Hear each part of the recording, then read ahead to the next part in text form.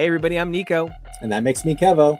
And that makes this X is for Comics, one of our exciting crossover editions. And today we're focusing on something that we have not had a chance to do. So everyone that's been following knows that we have been doing a big crossover journey, and we've been hitting all of the Marvel DC along the way. But today, I am so excited because there is a crossover opportunity that we only found out how big it was. Kevo, one of your favorite shows of all time, actually crossed over with the Marvel Universe, and I couldn't be more excited.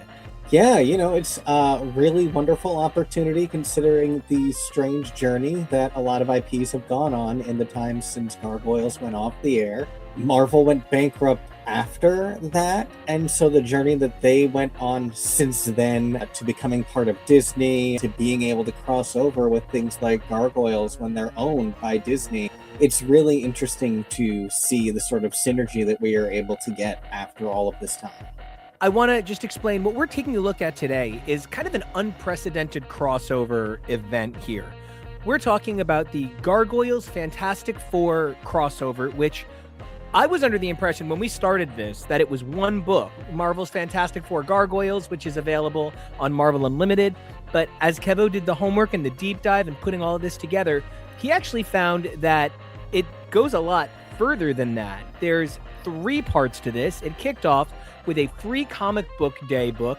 Free Comic Book Day Gargoyles Demona, number 1, but oftentimes fans refer to it as number 0. Now, this book was released May of 2025, featuring work by Greg Weisman, Frank Power, Robbie Brevard, and Jeff Eckelberry on a main A story. But the story we're focusing on is the B story in the back, written by Greg Weisman, with pencils, inks, and colors by George Cambadesis, and letters by Jeff Eckelberry. Now, that'll be the team on the 3rd title as well, Gargoyles Fantastic Four, which was released in November of 2025. But we're also going to be taking a look at that middle part, the one we knew about to kick all of this off, Fantastic Four Gargoyles number 1, from October of 2025, by Greg Weisman, X-Men penciler Enid Balam, Raul Angulo, and VC's Joe Caramagna. This was such a fun project. I've done all of this Marvel DC crossover stuff with TK in the last couple of months. We did like a full fucking year of it. It was crazy. And so now we're getting to kind of stretch these wings, as it were, and we are coming alive, and we live. What is it? What does he say in the theme song? We live again. We live again. I kind of feel like everybody knows who the Fantastic Four are. Just a quick download. Reed, Sue, Johnny Thing. Reed and Sue, married couple. Johnny is Sue's brother. Ben is Reed's best friend. Reed and Sue have 2 kids, Franklin and Valeria. I prefer Valeria. Sorry about it.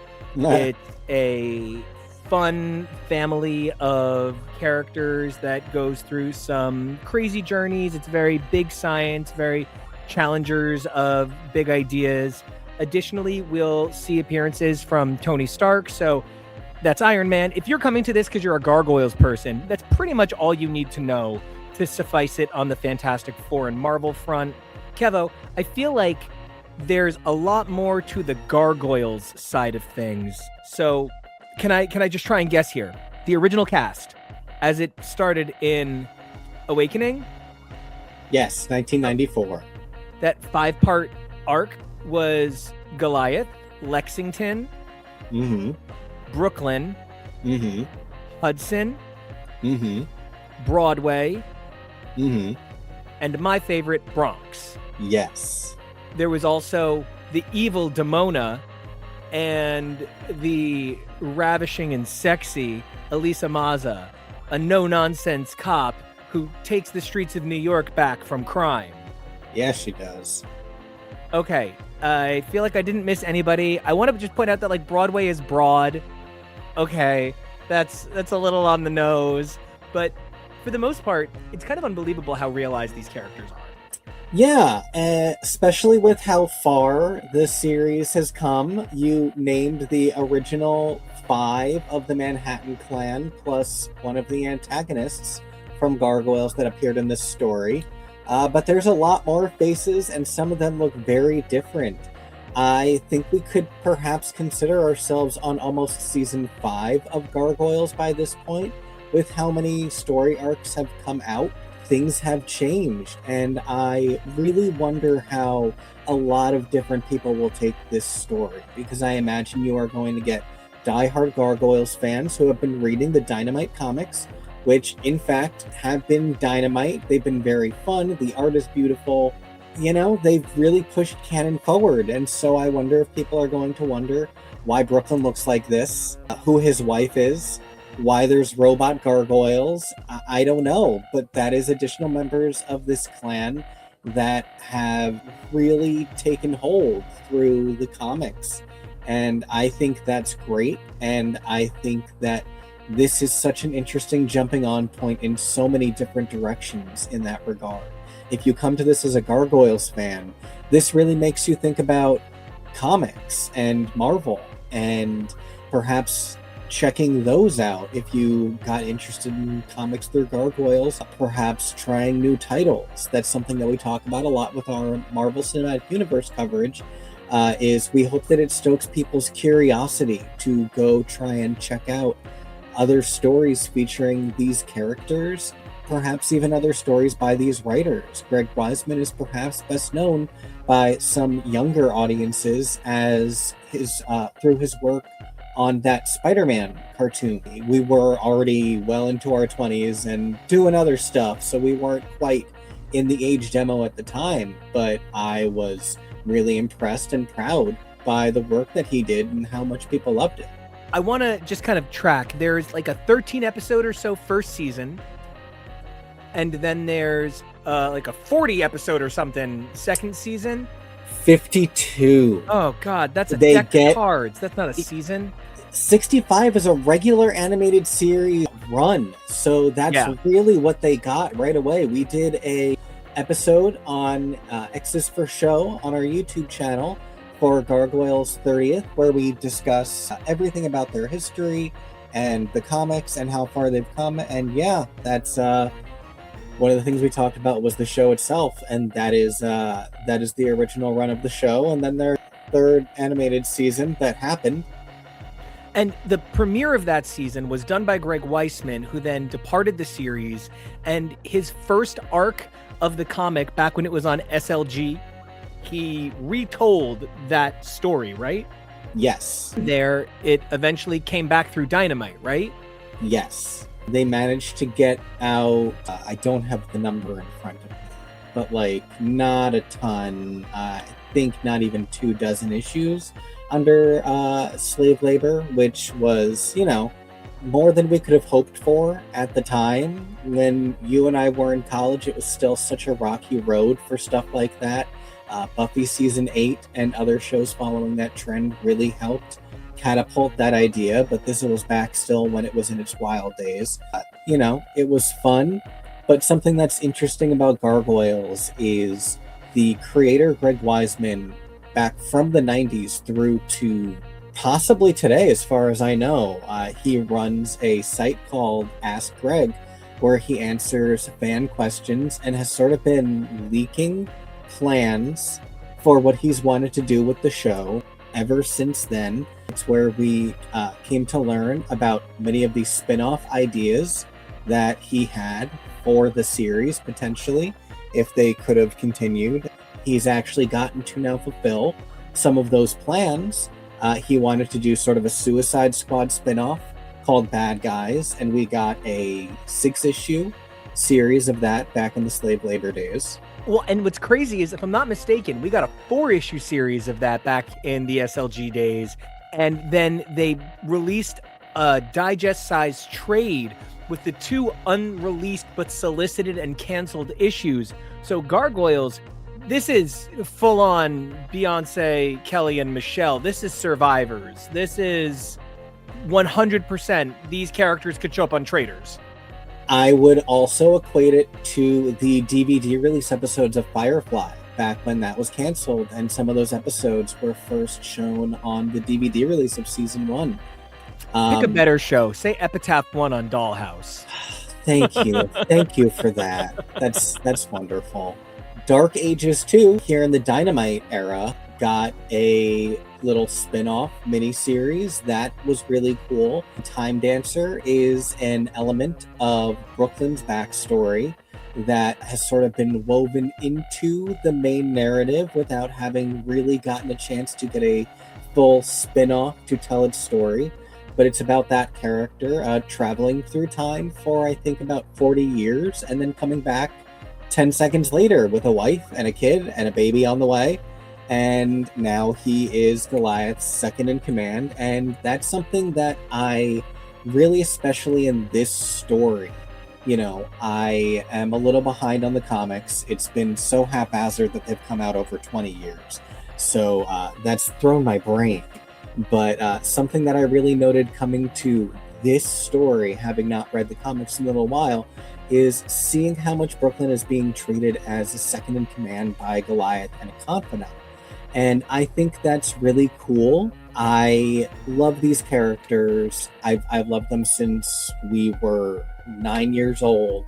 And so seeing them have grown over all of this time and thinking about how there are still ways in which they can evolve and ways in which I can see them in new paradigms is really cool. And then on top of that, crossover with the Fantastic Four. That was really interesting. How did you feel as coming to it from a Marvel fan to see something else? This is something that I know you probably deal with on a far more regular basis. Was it DC that crossed over with Godzilla? So what's crazy is it's like a lot bigger than that because it's whoever owns the license. And so like Godzilla, I think, is terrorizing Marvel right now, but King Kong is terrorizing DC. I wanted to jump back to something you said a little bit earlier. Brooklyn goes away for 10 seconds, and when he comes back, he's lived this whole life, and he's got a wife, and he's a very different person. That's like magic. That's Illyana. So for those of you listening that are X-Men people, that's New Mutants Illyana. She goes away at 8 years old and comes back 16 and a sorceress. So like Greg Weisman has such great credentials and such great fan references. And the idea of focusing on the bad guys, how Thunderbolts, how very cool, how exciting. And this isn't the only crossover Gargoyles has had in the last couple of years with other titles. My favorite superhero, Darkwing Duck, let us get dangerous. He has had a crossover with the Gargoyles now as well. So I'm really excited for this heyday of Gargoyles. Now, as far as how does this relate to the other crossovers we've done, I honestly do tend to stay away from stuff that's kind of like this as a rule. What's different is Gargoyles is so adult. And, in the first season of Gargoyles, there's an episode where Broadway is like responsible for Elisa's gun going off and shooting her. And she like has to deal with a gunshot injury as a result. And like, that's so adult. You're not talking about a children's cartoon. You're talking about something that delves into Shakespeare, like the best books of Vertigo, like the Marvel comics that pull from things like Dante's Inferno. This is so mature that I actually even thought that maybe, and I hate to put it this way, I maybe thought Weisman dumbed it down a little bit for the Fantastic Four, because Gargoyles is big magic, not big science. There was maybe a little bit more like jalapeno here than there needed to be, right? One of the things that I would say is I would have loved it if the Gargoyles crossed over with the whole Marvel universe, because I would have loved it if Matt Murdock had to defend them in court and sat next to them on a building perched like a gargoyle. I would have loved it if Wolverine found in Goliath a similar soul, a warrior like him. I would have loved it if Captain America got to tell Brooklyn that he was proud of the type of soldier he is. There's so much storytelling that I would have loved to have seen on a bigger scale. So this, I genuinely, I just want to be clear. I'm going into this with, this was an A- for me, and that's high praise on this show. I'm picturing that scene from the beginning of Mean Girls, the Where Do You Belong scene in the cafeteria, where Katie is trying to decide where to sit. Like, the gargoyles are revealed to Manhattan, and all of the different sects of superheroes are like, oh, do you want to be on our team? Lisa's brother, Derek, and his clan are all mutates, so they could be considered mutants in the Marvel universe. Okay, I'm hitting pause and hitting rewind because now we're bringing in these other characters. So, okay, my favorite gargoyle that's not Bronx. Bronx is basically Jeff. Like, it's Jeff, like baby little shark Jeff. Bronx is basically proto Jeff. Sure. He is there's a term for his type of gargoyle, right? Gargoyle beast or gargate. Gargate, thank you. Now, I love this character. Primate. But if I had to pick a favorite gargoyle, it's probably Angela. She is so dynamic, so cool. She's got a lot of heart. She's got a lot of personality for coming in so much later and for kind of being, and also I would compare her to Kate Pryde. I would say she's got that kind of big protagonist energy, even though she's introduced later. And so could you give us a rundown on some of the later ones? Because we've got like Angela, we've got Cold Stone, we've got Cold Fire, we've got Katana, we've got Nash, we've got a bunch of people before we even get to the villains like Xanatos and Demona and Cold Steel. Yes, you're getting all the names really well, so applaud yourself.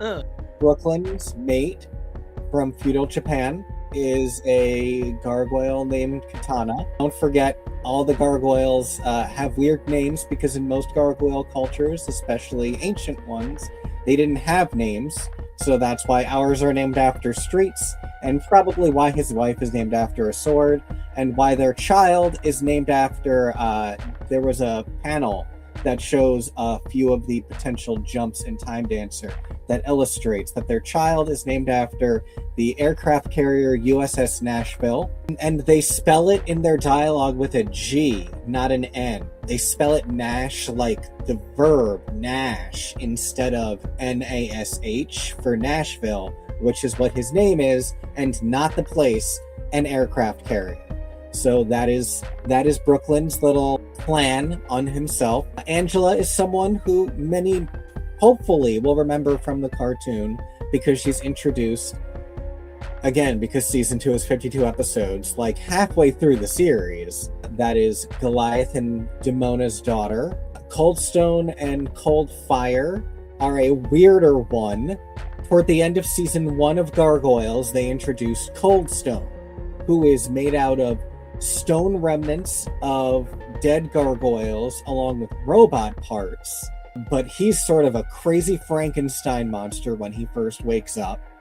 Then in season 2, the story that they do is he's actually made from multiple gargoyle parts, his girlfriend and the guy who was jealous of them. So he's got 3 personalities in his brain. And that's a problem every time he shows up in season 2, until finally they're separated into 3 bodies. So he's got Gardentity disorder here. He does until the end of season 2. And now he and his girlfriend are in separate bodies. Behind the scenes, they had been referred to by Greg Weisman in stories as Othello, Desdemona, and Iago. But now they have their own bodies, and so they have names, and of course they have to be twee. So it is Cold Stone, Cold Fire, and Cold Steel is the one that we will see in the second Fantastic Four story. Oh, and also Brooklyn and his wife have a dog. I forgot about that. This is Foo Dog. I'm in. I'm so in. And I realized that there's something that we kind of left out. So it's like 1,500 years ago or 1,000 years ago, the gargoyles are just like a magical species living in vaguely Scotland. Sure. And they, during the day, when sunlight touches them, they turn to stone, but it's living stone. And at night, when the sun is merely reflected by the moon, they become, fully fleshy creature people. And for the most part, they can fly /glide/soar. They have a complex hierarchy. They have a society. So I did realize that we just never kind of touched on what the gargoyles actually are. And it's creatures that, instead of sleeping, turn to stone. And they are always alive. They are never actually a pile of rocks. And ultimately, their society kind of falls as a result of Demona trying to manipulate things and backing the wrong horse, more or less. You know, And who's the what's the name of the bad guy from that? the Viking, Yeah, Haken. Oh well, sure. He's That would, right on my tongue. Mr. Krabs from SpongeBob. Oh, okay. I want to take it a step further. I want to. Cool. So, for those of you who don't know, there is a main villain in Gargoyles, a gentleman by the name of Xanatos, who really is like evil Tony Stark. Whenever people like Tony Stark's the worst, no, Xanatos is the worst. And he's voiced by Jonathan Frakes, and Marina Sirtis voices Demona. Like, half of Star Trek are characters on Gargoyles. Yeah. So that's of note. We actually did a print specifically of the bridge crew members from the Enterprise D who voice recurring characters on Gargoyles, because, as has been pointed out to me, Geordi also does a voice, but only in one episode. Brent Spiner, Marina Sirtis, Jonathan Michael Frakes, and Michael Dorn all do recurring characters. And I think CCH Pounder is Coldfire? If CCH Pounder wants to join Star Trek, I'll lose my mind. So I feel like one of the reasons that I'm trying to like hit so much stuff is I think people don't realize how much Gargoyles is so connected to so many things they love. Like I said, Darkwing Duck is my childhood Gargoyles, right? It's not, Batman the Animated Series or X-Men, it's a thing that was unto itself that I loved. And Darkwing got to have another run of comics. And I think it's in part because Gargoyles did that SLG run and gave it the room to come back. And then, of course, there was DuckTales and Chip and Dale, but the two that have really thrived are Gargoyles and Darkwing. And so I think people maybe just don't realize the legacy Gargoyles has had, that it earned a crossover with Fantastic Four. So I want to take it a few steps back, because you really aced so much of the Gargoyle lore. And I only want to step in and fine-tune and only draw attention to the science, pseudoscience, Star Trek science is there, but it's almost incidental. You can really look at Gargoyles and be like, they turn to stone during the day, and that's fine. But like, they really do put in the work of, over the years, Greg Weisman, putting out these scientific answers. There's even an early episode in season 2 where they describe scientifically how it works, where they turn into a stone-like biological compound. Greg Weisman compares it to like nematodes, I think it is, where they dehydrate, and then when you put them back in water, it seems like they come back to life, but it's that they go into a different form of stasis. They turn to stone so they can absorb solar energy, and what they are able to do, rather than fly, is glide on currents of wind. And that's something that is a recurring issue when they don't have the room to take off, or there isn't thermal energy for them to be able to coast off of. Like, those are things that deter them from just being able to fly like it's magic. But then there is still also magic, and there are also creatures that have those abilities. Like I mentioned, Elisa has a brother who unfortunately got turned into a mutant gargoyle creature. They have bat-like wings instead, and so they fly rather than glide. They generate energy because part of the DNA that they were spliced with was from electric eels, so that's where they are able to generate enough energy to fly rather than glide, and they can also then project bolts of electricity. It's nuts. Baby girl. It's nuts, but that's, it's why I likened the Bad Guys comic to Suicide Squad, because I don't think that there is any point in pretending that Greg Weisman was not incredibly inspired by things like Marvel or DC Comics and wanting to tell an expansive story and have these things. You know, some of the ways in which he pulls lore and ideas, where there's like a major recurring antagonist that is Macbeth from Shakespeare. There's so much from Shakespeare in this, and it's weird, but it's, you know, part of the charm, and it's part of what helps build the lore. There's so many things like that in Marvel Comics as well. We covered so many moons ago now Captain Britain, and there is so much Merlin and Arthurian lore built into so much of that. I learned so much more through reading Captain Britain, just like I learned a lot when I was younger than Shakespeare age about Shakespeare through Gargoyles. No, it turns out that Macbeth can't be killed of any one woman born doesn't mean he can only be killed by a gargoyle. It means something else in the play. But still, it's fun to get to that point when you're in high school and you get to that point and you're like, oh, that's a cute thing.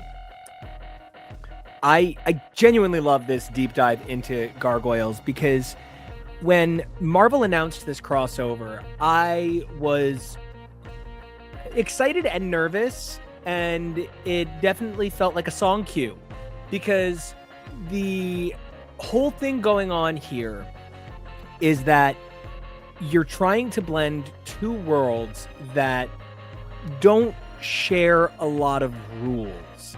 When you're talking about the Marvel and DC crossovers that we've covered on the show, whether it's the earliest crossovers or it's the amalgam verse as a result of Marvel vs. DC, or it's even the kind of like late stage, early era, like Batman, Daredevil, or it's Batman, Deadpool, Deadpool, Batman, Superman, Spider-Man, Spider-Man, Superman, where, I mean, literally some of the finest comic stories I've ever read in my life came from that.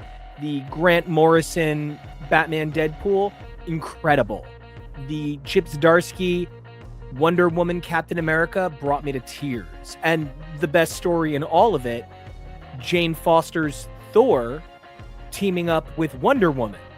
And Wonder Woman saying, "You're not Thor, I know Thor. You smell less like me." Like, that has rules, and you can understand how these two characters know each other. The thing that maybe didn't stick out in my head, but the more I think about it, oh, that's probably what was on my mind. You know, how many characters in Marvel are there named Gargoyle in some way or another? We have so many Gargoyles here. and it's crazy. The thing is, Greg Weisman just loves pulling at stuff like that. You'll notice how many times they snuck in the phrase, "Stone, at night." Keith David is such an iconic, amazing voice actor that so many of his deliveries are such delicious earworms that Greg Weisman now loves sneaking them into stories. Was there a "What Sorcery Is This?" Because I would be surprised if there wasn't, but that is one of those things that he loves referencing back to. And so I'm not surprised that he wanted to get in as many things named Gargoyle as he could, even if they were weird and made no sense. He managed to do a pretty good job in the second one. It's really interesting because the more I think about it, the Gargoyles shout jalapeno is one of their, like, you know, exclamations. Yeah, like frack. Yeah, you know what? But Marvel fans, you can't think that's weird because the best-selling solo Marvel movie character in the X-verse shouts chimichanga. So Sweet Christmas. Sweet Christmas. So it's interesting because they don't share rules. They don't share a world. They have different Merlins. They have different Pucks. They have different all sorts of things. But what they do have in common that I think is the heart of the conversation is they share a core series of heroic values. And we'll get into it because we're going to talk about the actual stories. But my highlight moment in all of this was the moment where the Gargoyles and the Fantastic Four united over their concern over their children. Mm. Like, that was so powerful to me, that mothers, whether they be gargoyle or human, share the same care for their... Exactly, that moment. That moment was so powerful to me. Kevo is showing a panel right now on screen for those of you listening along in podcast. You guys should check out the YouTube. And the video, not like I'm like the YouTube, I'm like, check out the YouTube video of this. But I think the moment that they're showing here is the humanity because superheroes are essentially kind of gods. If we're talking about it on a bigger level here, superheroes are Hercules. They are half man, half god, running around doing a job. Gargoyles are clearly not quite human.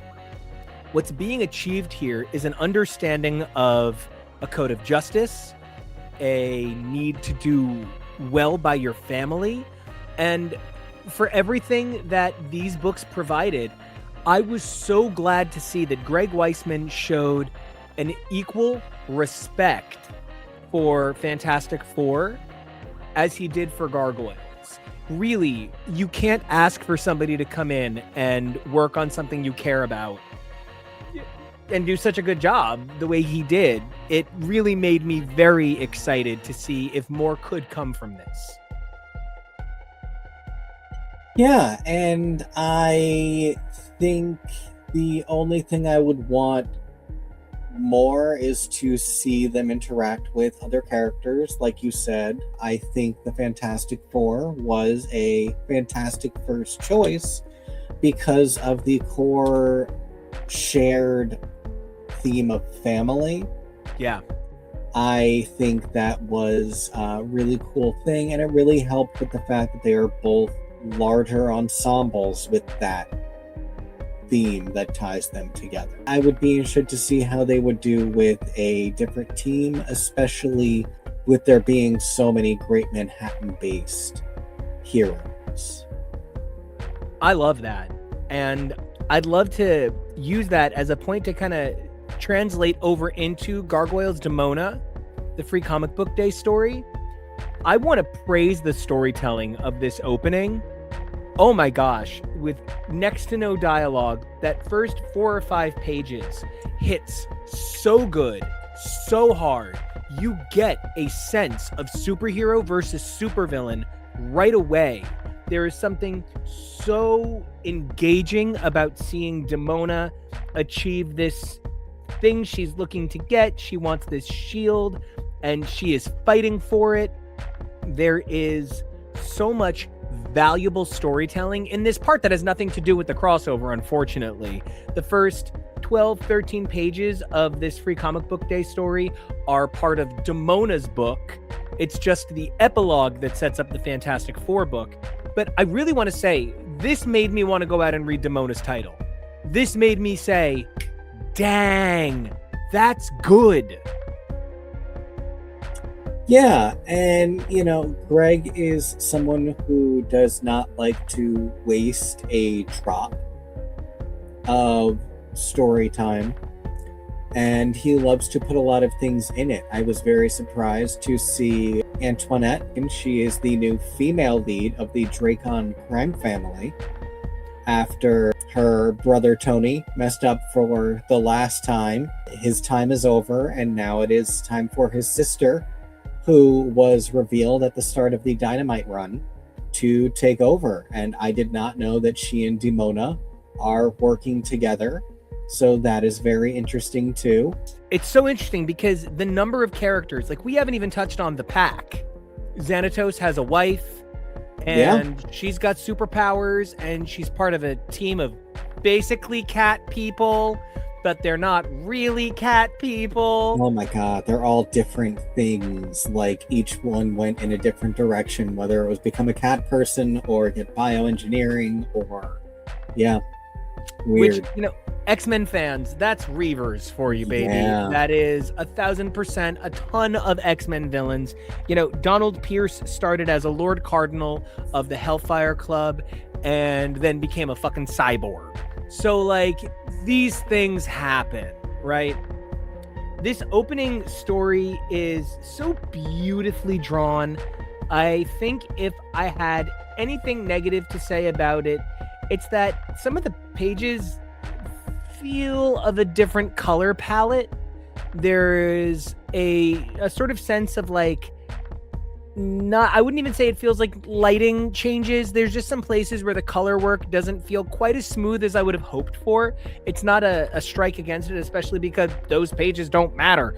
But I think especially once you get into I think it's 4 pages that are the prelude to the actual story. And this is how we found it out. Kevo and I both read the story on Marvel Unlimited. And Kevo was like, oh, wow, that starts really in media res. And I'm like, sure did. But I liked it. Kevo being the, Super keeper sleuth. but I say the keeper of the Gargates.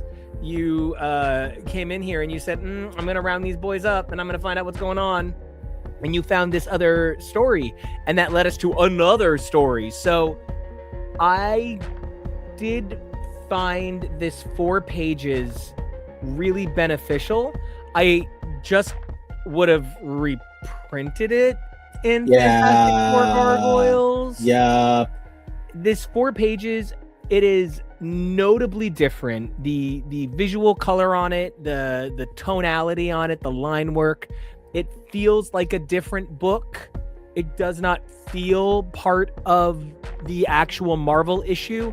It very clearly ties to the Dynamite one-shot, but this 4 pages, it does everything it needs to do. It tells us the Gargoyles are essentially in Marvel Manhattan and they see a giant flare in the air, and it's just straight up a Fantastic Four flare. I mean, it is the Fantastic Four equivalent of the bat signal, and the Gargoyles go chasing it and they meet the Fantastic Four. And man, did the art team here make a beautiful rendering of the Fantastic Four for a team that you associate with Gargoyles. I just think this 4 pages is a knockout.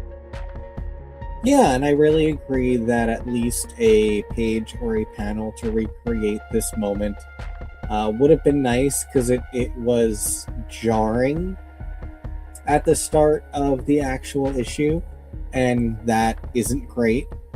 But it's not the worst. Again, this was Free Comic Book Day comic, so you're welcome. I'm pretty sure I'd seen this online somewhere, and that was part of where I was like, no, this doesn't seem, there has to be something. So I'm glad that we found it.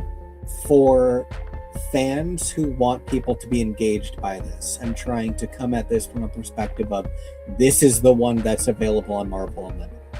So without Free Comic Book Day, how do I feel about it? So that's like one minor flaw, but otherwise I think very engaging right away. Is Diablo a villain that you feel is recognizable? No, I don't. No. I Okay. really don't. You know what? And I should have done this in advance. Let me do it right now. So for those of you who aren't familiar with our full network of shows, this is something that Tori and I will do over on the Billy Club. That's the show where lifelong friend of Kevo's, Tori, Sheehan, and I get deep into Daredevil lore. We cover every single appearance of the character, going all the way back to his first ever. And we will be like, you know what? I don't know. Let's get on Marvel Fandom Wiki. And we go a little nutty. But Diablo has only ever appeared 83 times. And what's crazy is the first appearance was Fantastic Four number 30 in 1966. But to give you an idea, it's legitimately like his 30th appearance in the late 90s. And he has gone on to appear 80 something times. And part of that, when a character doesn't appear a lot and then all of a sudden starts appearing more often, the one thing I would always kind of push people to remember is that oftentimes what was one issue in the 1960s becomes an arc in the 2000s because we decompress the storytelling.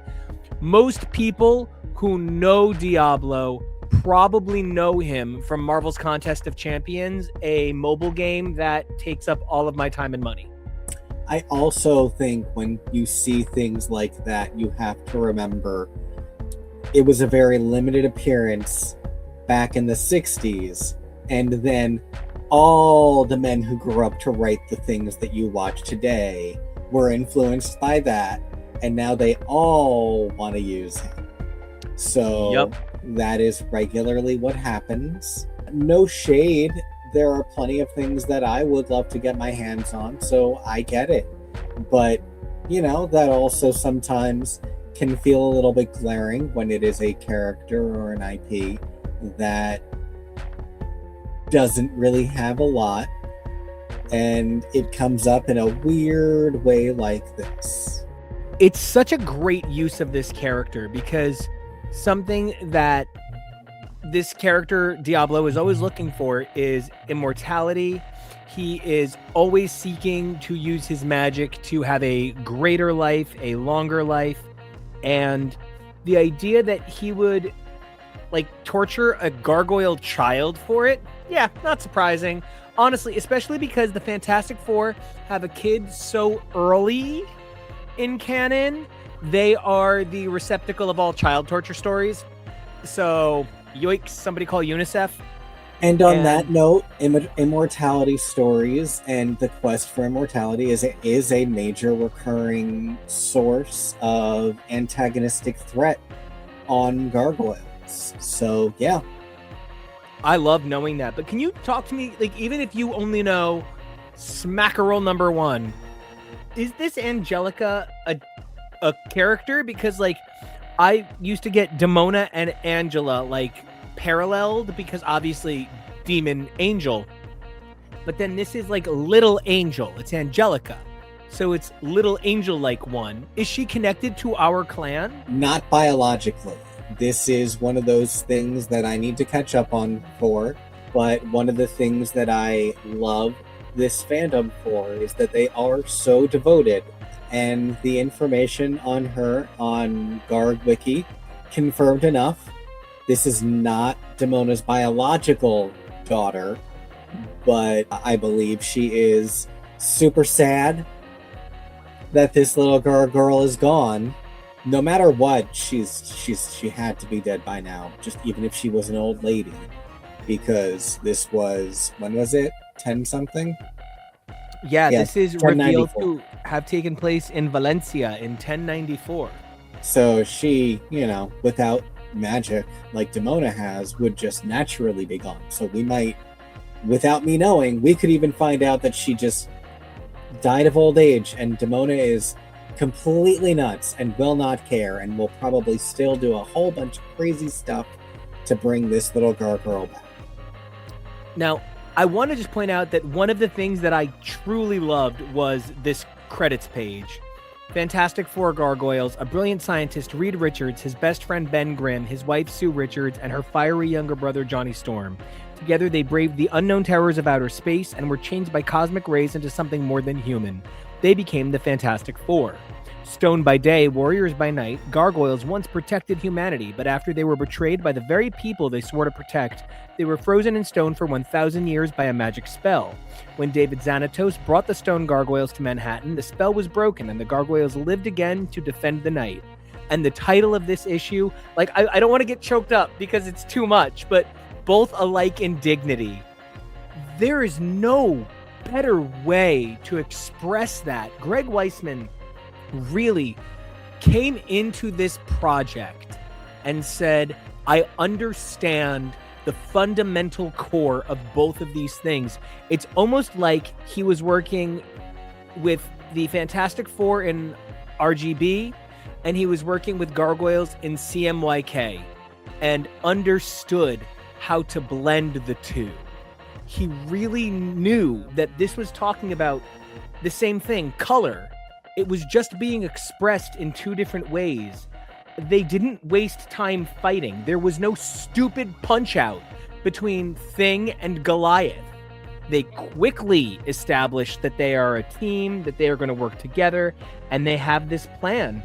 I thought this was one of the most successful Marvel crossovers I can remember reading, and it's because the characters seem joyful to be heroes together. What a testament to what Stan and Jack wanted for these characters. You know, I think the only thing that keeps Gargoyles from going so supremely comic book is it starts from a suppositional place of this being a wainscoted world. It's our world, but underneath, what if there were gargoyles? We've gotten so far away from that now, and everything has become so fantastical that the only thing that really holds it back is genuinely just using the word superhero. And you know, it makes you think about, in a world that starts from a place of reality, when you start there in the 90s is so different from when it was the 50s, the 60s, and everything was a little bit more cartoon, a little bit more comical, and a little bit less afraid to just express that idea of just saying superhero. Is that not just what the Gargoyles have become at a certain point? It truly is. And that's why I keep bringing up Darkwing Duck, because I want to keep using... So those listeners that have been listening for a trillion years, you guys have been through so many iterations. It's like Gargoyles over here. But I know that, you know, fans understand that Mondays are our core day and Fridays are a fun free-for-all where we cover what makes us happy. Now that we've reinserted Gargoyles into our coverage, I want to cover all the Darkwing Duck there's ever been, baby. I want to talk about Darkwing so much. Those that don't know the secret story behind Darkwing Duck, he was originally conceived as a more or less James Bond parallel, a bit more of a secret agent, and became a superhero under revision, and they tried to kind of mix the episodes together, and that's why we have the Justice Ducks, and the comic books of Darkwing Duck really lean into what fans love. I've been so lucky to meet some of the creators that worked on it, and it is an honor to continue to be a Darkwing fan. And yeah, it's time to get dangerous, right? But I feel like Darkwing will never have a successful Marvel crossover because he's a fucking duck. And that's it. He's a fucking duck, you guys. What is he? He's gonna be Brew. It's gonna be Darkwing Duck and Brew. Can I write that? Can I write Darkwing Duck and Baby Brew? Howard! No, that's the thing. When Howard the Duck shows up, he's a weird pervert. And like, he's like so man that the only thing about him is that he shakes a tail feather. And like, that's where it's tough. Like, so I'm having such an exciting moment covering Gargoyles because, yeah, wow, Xanatos really is Dark Tony Stark. Down to, Kevo, how early does Xanatos get his freaky Iron Man Goliath suit in the cartoon? I think it is by the end of the first season. So by the end of the first season, he's dressing up as Goliath in a robot suit. Yeah, they just don't know it's him right away. They don't know that he has drones right away. They don't realize that he has a gargoyle suit for a while. Now, I want to bring up two major characters that need to be mentioned. There is the Gray Gargoyle, and he sucks. I hate the Gray Gargoyle.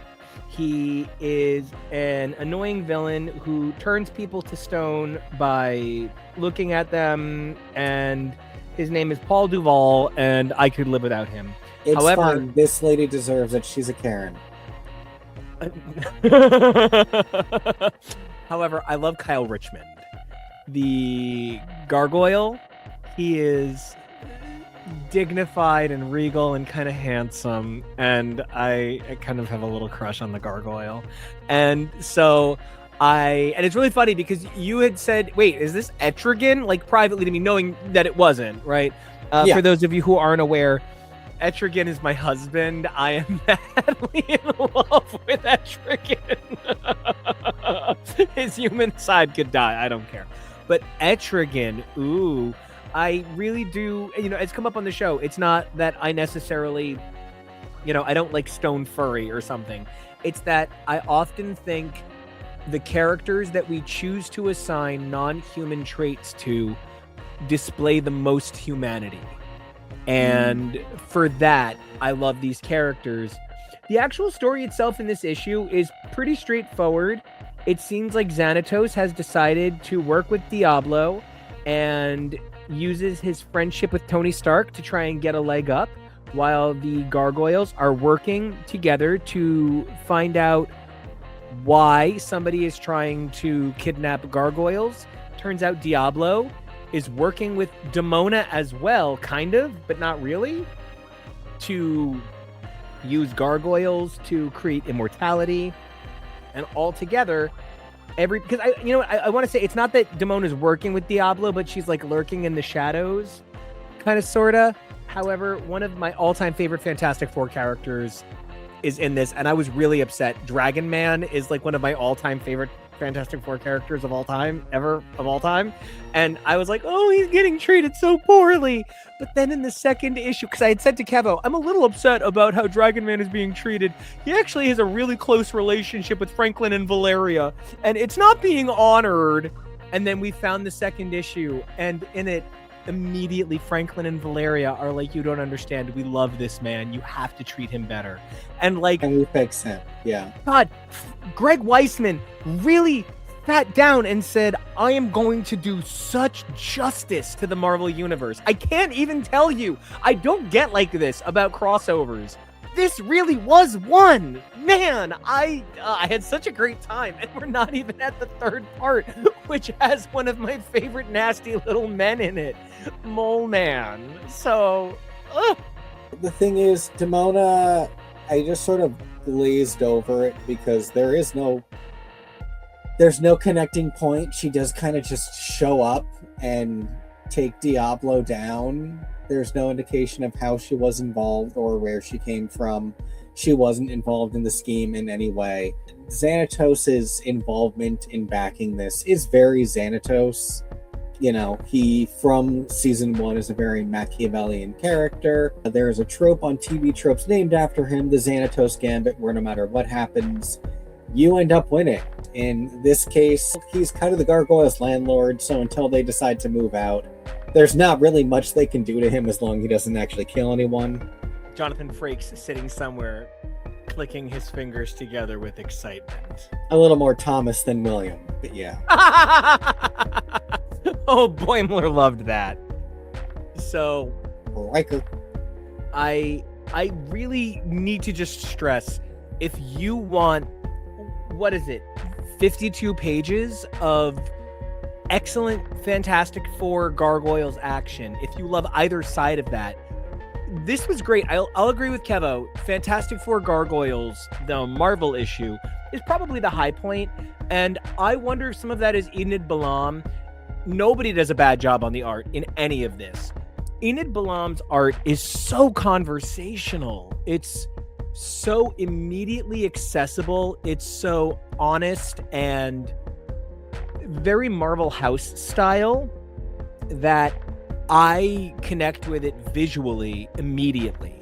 But the surprise of the day that there's this Gargoyles Fantastic Four #1, I thought was really terrific. I genuinely loved so many of these variant covers throughout both runs. There's a Peach Momoko cover on Fantastic Four Gargoyles, and this show might not always get the credit for it, but we had the first ever English-speaking Peach Momoko interview ever, and we have been a fan of hers going back to her earliest days at Marvel. I think back when she was just doing cards in Marvel Snap. So, big fans. I loved every page of this crossover. And Kevo, when we get to the Gargoyles Fantastic Four issue under Dynamite by Weisman, Cambadius, and Eccleberry, you noticed that there was a bit of a difference and a bit of a transition. And I really agree with you. It's so silly to say, but I kind of think this needed a free comic book day 4 pages too. And I think one of my biggest problems was that it was trying to tell 2 issues at once, or at least 2/3 and then one issue at once. Great and having read. that little bar running across the bottom the entire issue telling the Mole Man story literally underneath the main story. Haha. It's on the one hand kind of cool, and on the other hand a lot for my little ADHD brain. I really do love the art style on Gargoyles. I think it is very beautiful, but it is also very artistic. That can sometimes be a lot in reading a story. Oh, you know? yeah. The painterly style is both stunning and captivating, and yet it kind of holds its audience at bay. A scooch too captivating at times. A scooch too captivating. That is our second Santiago reference this episode. I think it. One of the I think one of the reasons is Santiago not just Elisa Maza on a comedy. Oh my god. One of Elisa Maza if she'd ended up with Broadway instead. Oh. Burn. One of the things I love about a painterly style is that it, like you said, it kind of elevates the book. But one of the things that it also does is it confronts you visually with how it's not the real world. And that can be kind of hold you at bay style-wise. The book starting with this extreme ongoing narrative, utilizing what feel like repeated panels on the bottom, is really clever storytelling. It reminds me of maybe, oh God, what is it? It's like called like, I think it's like 62 Seconds or something. There's this Claremont issue where pretty much the entire Gray family is executed simply for being related to Rachel. And she has very little time to save her family, and it's heartbreaking. It is phenomenal storytelling, but it can be a little much to visually manage, and it can be a little difficult. And part of what happens with this painterly style is that you wind up with humans looking less human because of their contrast to the gargoyles, and the gargoyles wind up looking maybe a little less human.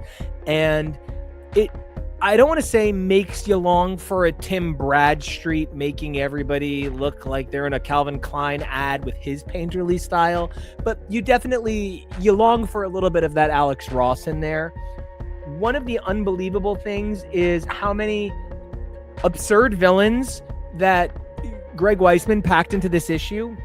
I do want to say Yuri Topolov and Kondraty Topolov are so essentially obscure that this was, I mean, it took me a minute. I was like, wait, they don't mean the Hulk villains. This has got to be somebody from Gargoyles I don't recognize, but do they mean the Hulk villain? And they did, but my tiny little horrible friend Harvey was here, and then so is Annihilus, and gosh, the number of visual parallels that Greg Weisman cleverly built into these gargoyle visuals. What an understanding of storytelling and visuals. So often you've got guys out there writing these stories that make these beautiful layered story moments, blend the language to other language. It's so incredibly knowledgeable of what he's doing that Greg Weisman was able to say, hey, but you know what? The visuals matter too. That's why this is a comic and not a novel. And that's where I think this really had me. This really made me go, oh, damn, because it deserved an oh, damn. I feel like a bigger Marvel fan for getting to be a part of this. And like I said, things like the Negative Zone having adamantium reserves is contrasted with Johnny calling Angela Angie. Mm-hmm. And if I can, I think my favorite thing so Angela is my favorite gargoyle, but I think my favorite thing about all of this is Angela and Broadway are engaged. And I think one of the things that I love about that is it is kind of like fat guy, hot wife. It is a little Leah Remini is married to Kevin James and everything. And I think that as a guy who used to be real thick, and Kevo married me real thick, well, agreed to marry me real thick, and by the time we got married, I was jacked. Like, that was cool, but like, I do think that sometimes people can, like, honestly, you marry the guy that makes you laugh, and like, Angela just came out so great in this, and she's my fave. He didn't used to know how to read. You know, they used him for their illiteracy story where he and Hudson didn't know how to read and thought reading was dumb, and then the power of reading was important. And that's the thing. I want to be clear. We are not saying that not knowing how to read is dumb. We're saying being uninterested in reading is a little hard to sell in a children's show. And I agree with Kevo about that. You know, it really is that this was the character that was highlighted as like the resident nincompoop. Hey, I'll let you say it that one time.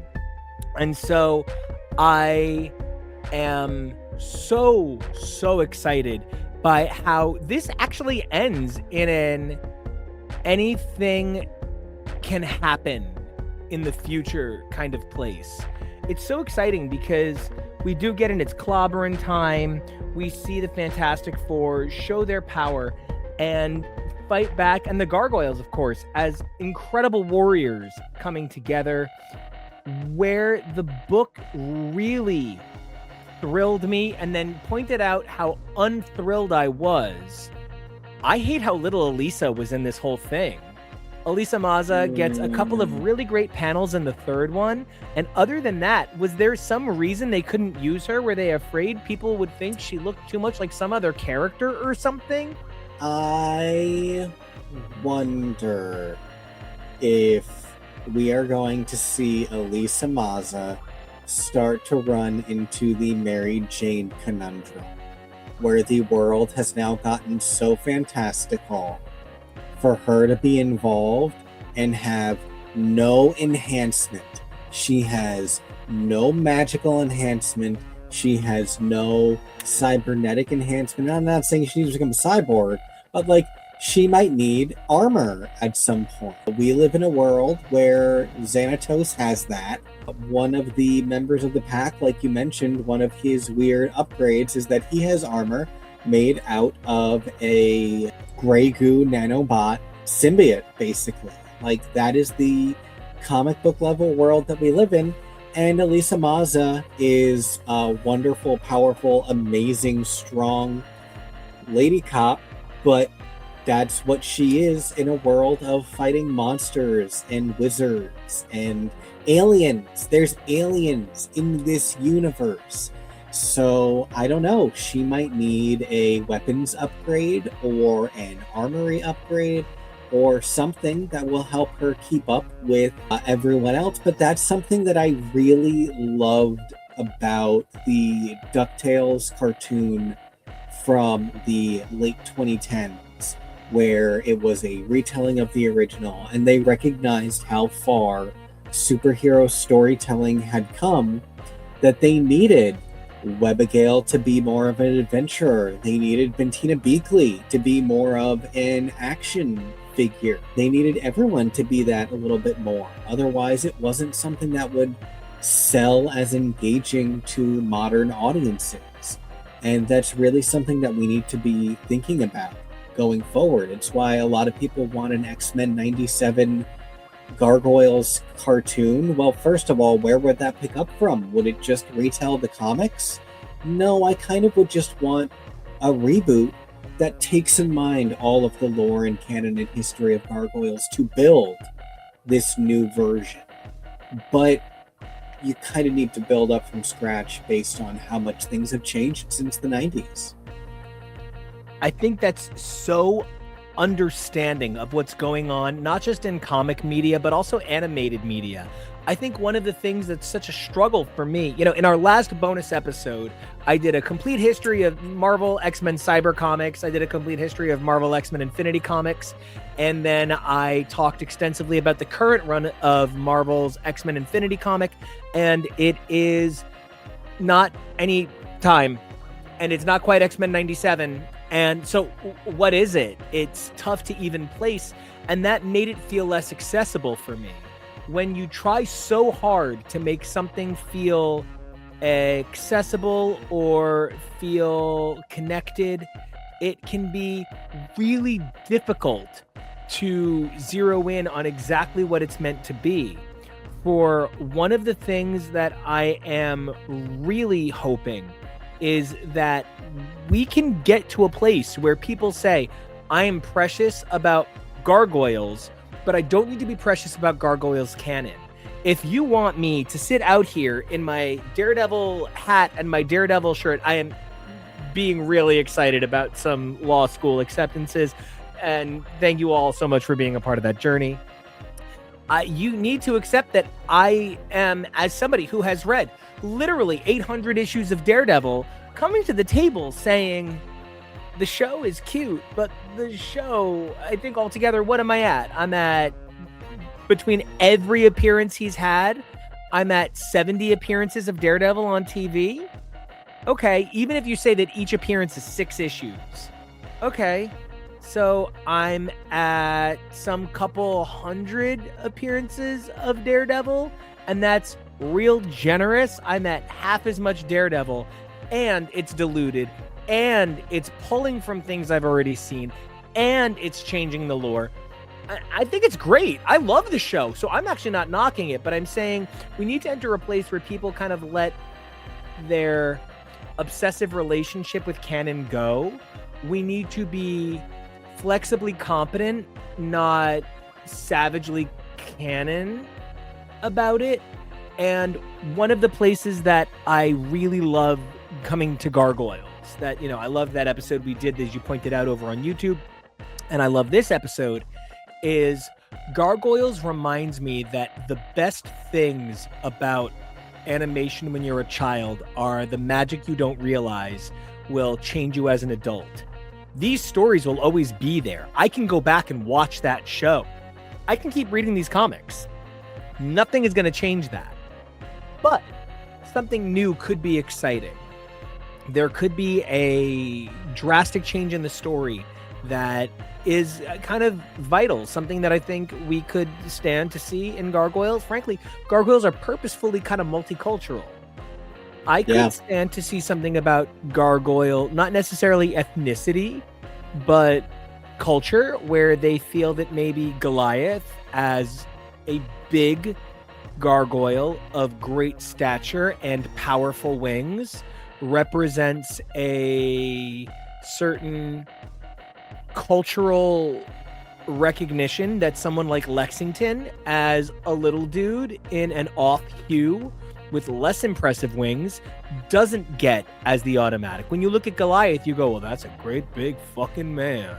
When you look at Lexington, you think, he's cute, but they're both warriors. Neither one of them is less warrior for their stature. And so that's something that you really couldn't do in a cartoon in the 90s. And even though I know they touch on it in places, I am eager to see what something like Fantastic Four Gargoyles allows for Gargoyles in the future. And Kevo, I just want to thank you so much for bringing this to the table, for making this a moment for us. X's for Comics is a better show for having done this episode. And I really had a great time. I'm giving this an A-. What are you giving it? I gotta know. What's your feels? Like I've made very clear, I am a fan. I have my little plush Goliath. I have always been a fan of Gargoyles. I am so happy for the journey that it has gone on. It was tough for a while there, especially without this latest leg of Dynamite, where it's gotten to do so much more and really shine in a better way than it ever did under slave labor. And it's just been really cool. This is such a rewarding fandom. It used to do conventions for its fans back in the 90s through the mid 2000s. I was never really old enough to go until it was too late, basically. But the fact that they would get voices from the show and writers, and that's where a lot of information would frequently come out about what the story would have been, and we've gotten to see stories that Greg Weisman has suggested on his website come to fruition in the comics, and I just think that is so cool. And this is such a great opportunity for them and I hope that it does something for them. You never know whether something will just be a great moment or if it will lead to more. We are now going on almost 4 months since the Muppet Show special. No word on a new Muppet Show, but the Muppets Rock and Roller Coaster just opened in Disney World, and it is getting the most amazing reviews. So maybe there will be more opportunities because of that instead of the Muppet Show. You never know what life is going to bring. This was great for Gargoyles. There is supposedly a project from Jordan Peele that is on the table, that has always been on the table. I know his people are potentially behind this getting rebooted at the same time that they are behind the X-Files getting rebooted. Is it them and then Ryan Coogler is Animorphs? Yes. So there's a lot of stuff going on. And I'm always in favor of it. Power Rangers is getting a reboot on Disney Plus, supposedly. You know, what a time to be alive. And what a time to be a fan of amazing media. And I hope you all want to stick around for everything we've got coming. In the last couple of weeks, we have really expanded our material. We did that new X-Men Wizard special. We've already kicked off our look at the new X-Men era of Uncanny with Uncanny 394 through 400, Iceman Icons, and the Gail Simone run of Deadpool. We did that deep dive into Cyber Comics, Infinity Comics, and a look at the most recent X-Men Infinity comic, as I just mentioned. The last episode that aired was a hard look at Morrison and Claremont's comments about each other and their own runs, in which, well, it was quite a moment for me as a, Morrison's out here being... Truly, Morrison's out here being like such an honor to work alongside Claremont, and Claremont's out here being like Morrison left canon in tatters. It's wild. Of course, coming up, we've got some exciting things. We've got Extreme X-Men Savage Land, and Icon's Rogue by Fiona Avery. Really enjoyed that mini. We have Ease for Extinction in New X-Men, plus Icon Cyclops and the Malvis run of Wolverine. After that, we'll be taking a look at The Origin. Of course, that's Wolverine's Origin 1 through 6 by a committee of people. Exiles 1 through 6 by Judd Winnick, and X Factor Volume 2 before we cap off this era preview with Marvel Visions 2001. Of course, that is not the end. We have more coming your way. You want to stick through the entire new X-Men era. We've got so much, and we can't wait to do more crossover stuff like this. We're having such a great time. But Kevo, until we come back, where can everybody find you? You can find me on the socials at Kevo Really. That's KevoReally. Nico, where can the folks find you? You guys can find me all over these networks like X is for Comics, X is for Show, The Billy Club, like I said, our Daredevil podcast, and HTML. Definitely check all of that out on Spotify, cageclub.me, YouTube, and more. However, if you guys want to follow me personally, Nico Action, Nicoactio. And if you like what you heard in the background, that's my Gargoyles theme. You guys can check that out at Nico Action Music. That's NicoActionMusic and ICU out here. So please don't forget to comment, like, and subscribe. We want to know what you guys want to hear. Keep feeding us information and ideas so we can keep making it for you. But 3 things you need to do for us so that we can keep that up. Number 1, please stay safe. Number 2, please be brave. Number 3, evolve daily. Who you were yesterday, stone during the day. Who you are today, alive at night, but it's who you are tomorrow that's crossing over at the Fantastic Four. And until we come back, it's clobbering time, bub.